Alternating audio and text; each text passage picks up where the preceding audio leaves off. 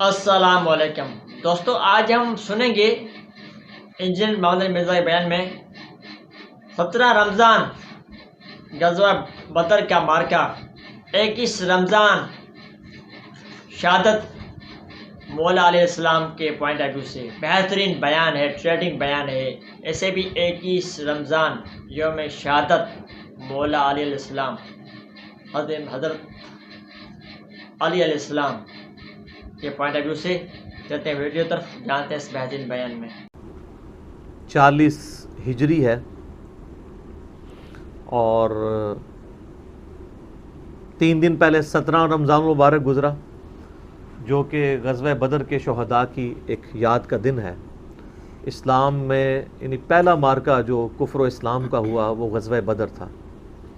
نبی الاسلام نے بڑی محنت سے مکے میں 125 لوگ جو مسلمان ہوئے تھے اور کچھ لوگ انصار مدینہ، کل ملا کے صحیح بخاری میں آتا ہے آلموسٹ تقریباً 313 کے قریب لوگ تھے، اپنی پوری زندگی کی جمع پونجی اللہ کے سامنے پیش کر دی غزوہ بدر کے میدان میں، اور اللہ تعالیٰ سے بڑی گڑ گڑا کے دعائیں مانگی، اور اللہ تعالیٰ نے مسلمانوں کو معجزانہ طور پر فتح عطا فرمائی۔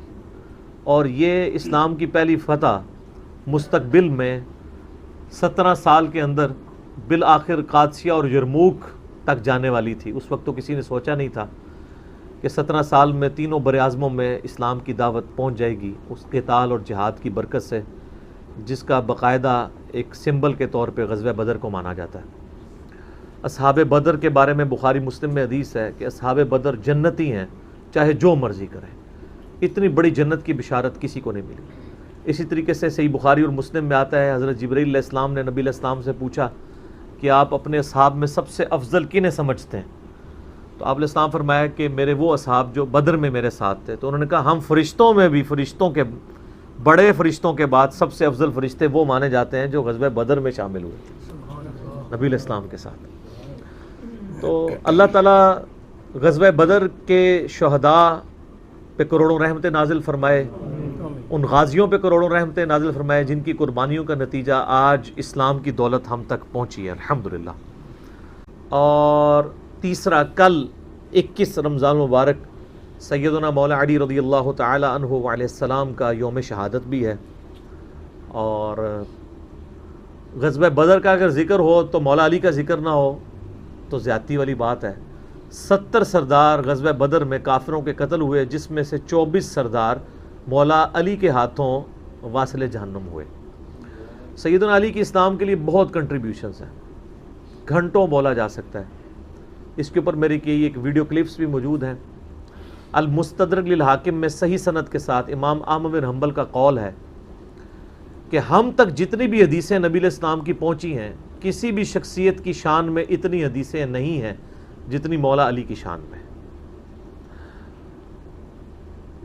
صحیح مسلم میں حدیث ہے، علی سے محبت نہیں رکھے گا مگر مؤمن، علی سے بغض نہیں رکھے گا مگر منافق۔